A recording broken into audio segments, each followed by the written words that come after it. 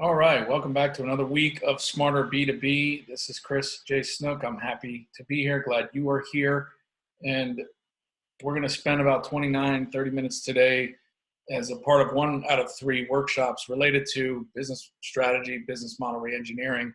And we're going to dive right in. If you want to connect on LinkedIn, you can do that by scanning that QR code right there. Get the hand signals down here in a second. You'll also see that in other places throughout the webinar, but let's go right through and let's start by thanking our sponsor. There we go.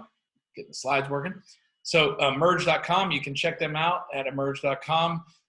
Give them Decisions 2020 as a code when you speak with Cameron, and they'll take good care of you and get you a list of 2,000 customized targets that are curated specifically to the type of B2B relationships you're trying to cultivate and that are predisposed to buy what you buy using their data sets. And so you can have a conversation and literally try before you buy with those guys. And they're perfectly timed for the new normal we're all moving into. So thanks again to Emerged for bringing us the series. A little bit about me. Some of you may or may not know this, but in 2017, I wrote a book called Digital Sense. We're going to talk about the framework inside of Digital Sense, specifically because the whole purpose of this book was to help organizations build a business model where the customer was the center of decision making. And more important than ever today, whether we think that's a good idea or whether we think we can live without it, today as the market and the economy moves into unprecedented different directions, every single business model and almost every single industry has been impacted by COVID-19. And the smart leaders, the ones that survive, the ones that come out of this, have already probably been rapidly looking at the strategy and throwing the old one out the window and figuring out what they're going to do, because the business plan as it was is literally been destroyed and coming down. And so to rebuild one that is not only right for the near term, but also that's more sustainable as we look out over 5 to 10 years is kind of why we're all here today. So one of the things that we like to start out with is every organization is made up of people. And anecdotally, what we talked about a lot in the book with Digital Sense was in chapter 5, we talk about the different ways that this percentage-wise breaks out. And this is in a non-crisis economy. This is kind of in the best situation or the worst situation. These numbers are pretty much what you could expect. And why I start off with that is because communicating this and what we're going through today, creating alignment around strategy, creating alignment around what it means to be a customer-centric organization or to have a business model that's going to be sustainable, putting the customer first and putting them in the heart of all decision-making processes, requires alignment and requires communication. But when we're communicating, we're still communicating to these four archetypes of people in our organization.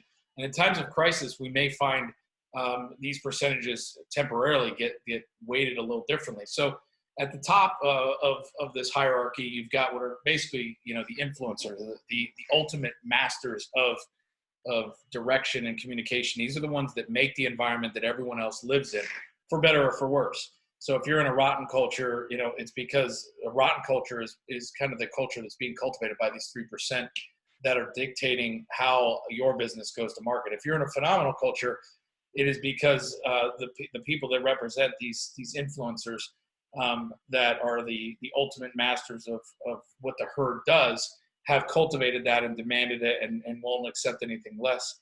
And so below them are typically what you would call your 10% or your self-motivated influencers. A lot of times I've referred to these in the book as amplifiers. This doesn't mean that they're the number 2 and that they're in the C-suite or that they're a VP. It's not really based on categorically where they rank in the organization. It's much more how they approach their work. A lot of times these 10%ers are in the wrong vehicle. They're on the wrong seat on the bus, as Jim Collins would have said back in Good to Great. And so at times like these, it's especially important that we involve and get the amplifiers understanding it first, because ultimately they're the ones who are the heartbeat of the organization. They're the ones that disseminate why this is a good decision, why this is going to work. And ultimately, they're the ones that help execute that and that do the 80% of the work that 20% of the population, contributes. So those are the top. Now, bulk of every organization, regardless of size, is going to be what's called motivatable. They're in the middle. That's around 60%. So why this is important is that in times of crisis, these people basically are shaped by who they're around the most. So the good thing about working from home in many regards is that they're not sitting there at the water cooler. Now, they may be on Zoom or they may be on other chats that are non-scheduled meetings with some of their peers. And so you don't really know what's happening to your culture in a work from home environment. But what you can know is that the more you cultivate the 60% of your populace inside of your organization, whoever's left, whoever you're not going to let go because of near-term issues or lack of PPP funding or whatever it is, that 60% of your people are motivated. They're chameleons, and they're going to become who they hang around most. And so right now, as it relates to building a sustainable and a new business model, you want to enroll these people and get them close to the amplifiers as much as you can. You want to encourage your amplifiers to get with them. You want to reach down into the organization and check in on them, because if not, then the zombies, which are normally in any situation roughly 27% of all organizations, or 1 out of almost every 3 people, the zombies don't care whether COVID-19 exists or whether you just handed them a gold brick. The zombie in an organization will drop that gold brick on their hand and sue you for workers' comp. So the reason why this is important to remember is a lot of times we think these people only show up in bad times. These are the black crabs in the bucket that always drag the other crabs down. They kill every initiative, because how they assert and gain power is by being the difficult one, by being the stopping point. And when we're in critical times of crisis, there's literally no room for these people. Now, you're not going to remove them out of your organization 100%. Some of them will be leaving just because. Some of them have already maybe been laid off.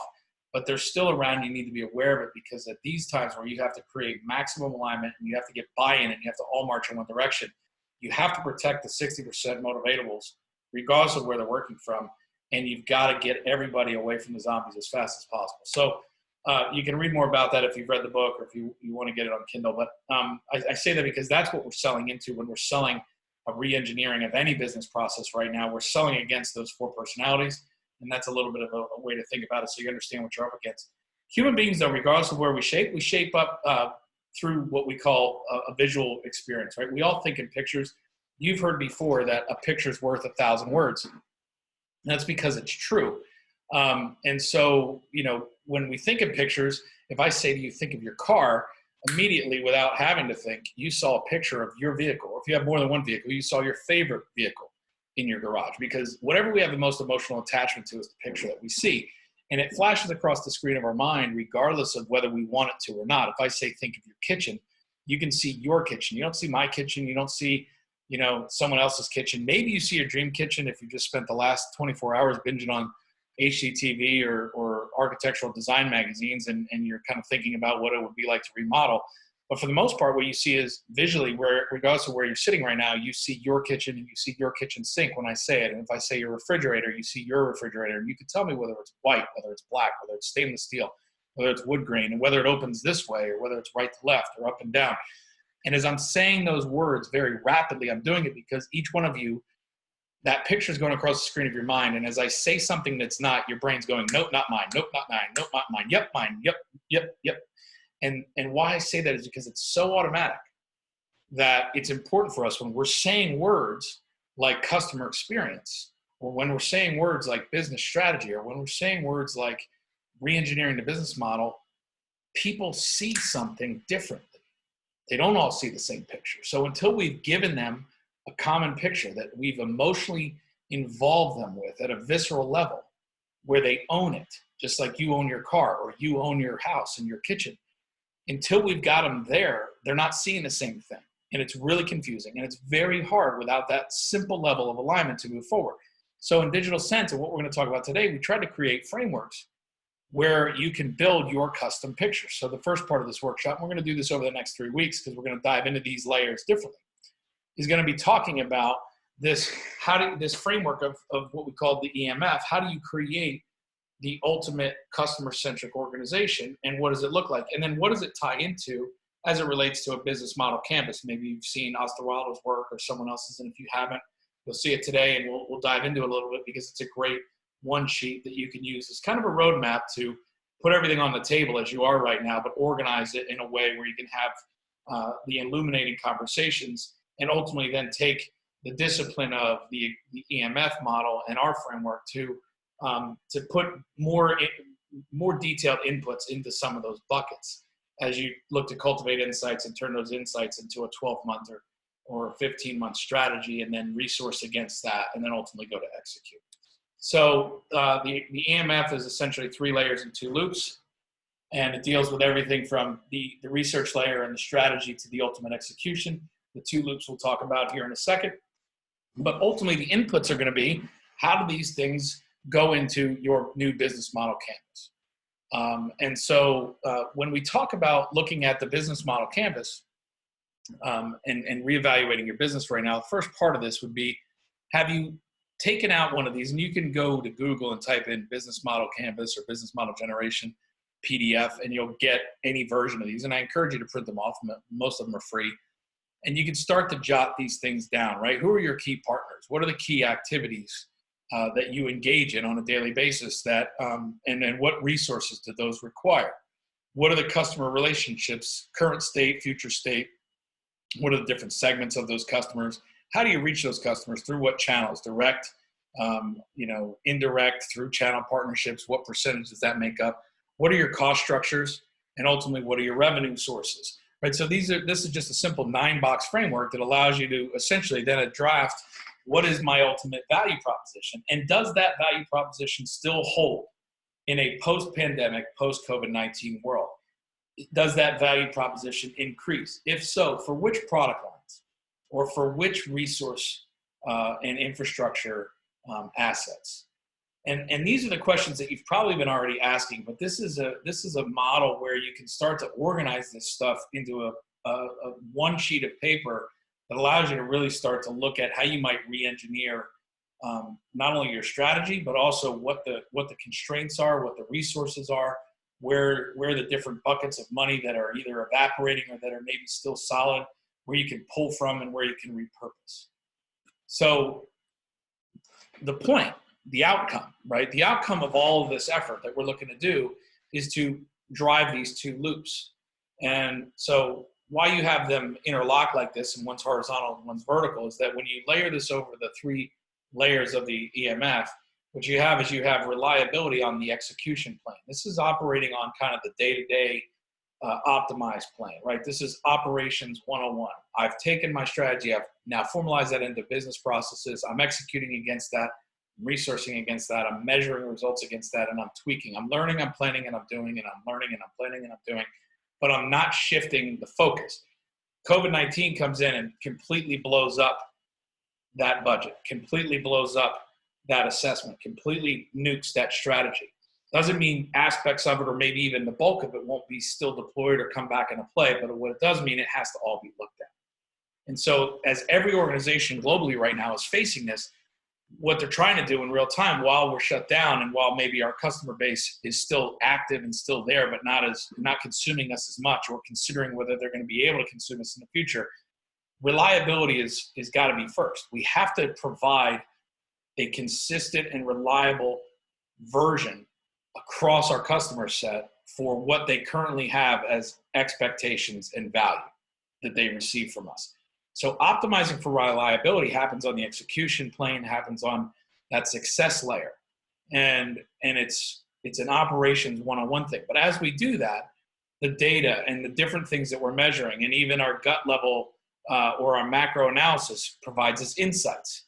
And so we get these ahas of, well, what if we went that way? Or maybe the market's moving this way, or maybe our customers are going to be feeling this kind of pressure, and then that's going to trickle down this way. And we're going to lose something there, but we could get in front of that narrative, or we could get in front of that. And we get this insight, but we don't really know yet how to make it reliable. We don't even know if it's worth doing, but we have this insight, and it triggers the innovation loop. And so as we think about innovating, not just our business processes, but our strategy around customer experience and around these insights as they occur while we're operating, we can't have that happen on the same plane, because we've all been in a relationship, to make it simpler.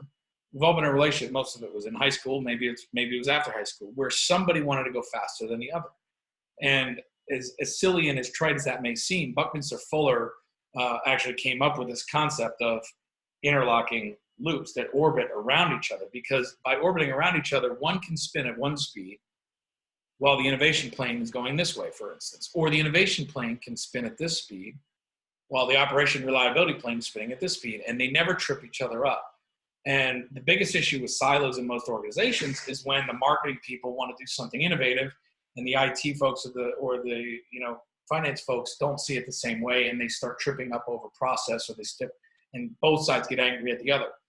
And so organizing your thoughts this way is a way to allow the different cadences of your innovation teams or your tiger teams that are going in to solve real problems to operate at one cadence while they're not disrupting the other cadence, and you get the benefits of both. So more on that, not only in the book, but in the future weeks. But today what we're going to dive into specifically as we wind up this workshop is how do I assess, so when I'm looking at my customer segments and I'm looking at in that business model canvas, what is the inputs that I'm putting in there?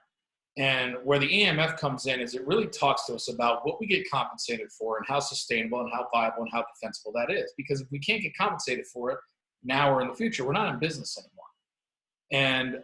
And so when we discover an insight, i.e. we have an idea or data tells us something, we begin to look at something, we're discovering that at the insights layer, which is the base layer, that deepest dive, vertical dive down into the org chart, down into the resources and the infrastructure of our company.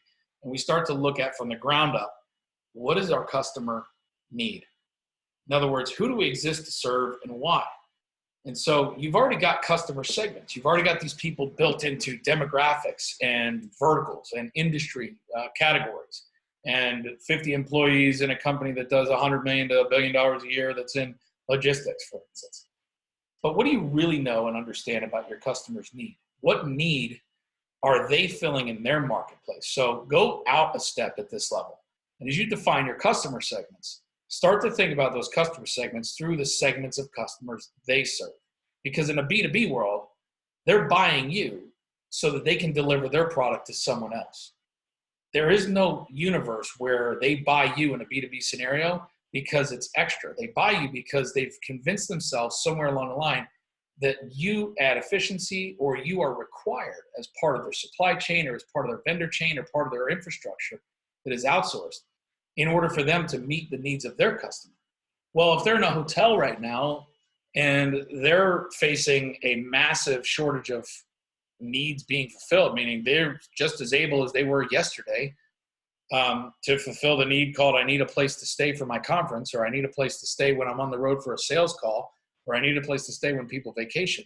They haven't become less competent at providing a nice place to stay or a mediocre place to stay or a 5-star place to stay. Their ability is the same, but the market demand has dropped significantly, and the reality of when that will rally back and at what level is uncertain. So if you sell B2B software, booking services, things like that to a hotel company right now, it's not a matter of how well you fulfill that need either. It is, what need do they have right now? How big or long is that going to be constrained by demand? And is there something else that your feature set, that your company can do, or that your relationship with them can provide that allows them to either focus on another need that they can deliver that is timely, where they can provide some source of revenue generation against something that wasn't maybe their core, or is it not? And are you facing the reality of maybe just less and losing in customers and having churn? And so you're going to have to play long ball and figure out a way to communicate so that when things do come back, you're top of mind. As you think about your strategy, you have to not only think about your own customers' need, but what needs their business is fulfilling. Because as a B2B vendor, as we've said, you are enabling them getting to their customer. And so you have to kind of go a layer. So that's what you're going to do here is you're going to write down what are the 3 customer needs that are the top ones of my customer that we fill and that we feel better than anybody else, which is why they're our customer.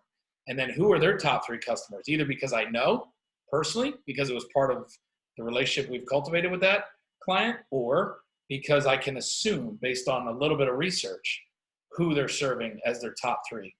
And what is the demand curve for those 3 needs that they're fulfilling? And if that demand curve's up, how can I step into that and find new ways to monetize? And if it's going down, how can I preserve what's left and provide them a solution that's fair to them and allows them to stay in business and become a trusted advisor and a vendor at a deeper level?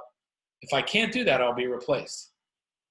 And so what you're trying to really accomplish here as you walk through these assumptions of your new business models, before you lay out your strategy and you're re-engineering anything, you're looking at these customer segments and then you're going into them looking through the lens of my customer's need. The other thing that we're going to look at here are what forces are in play.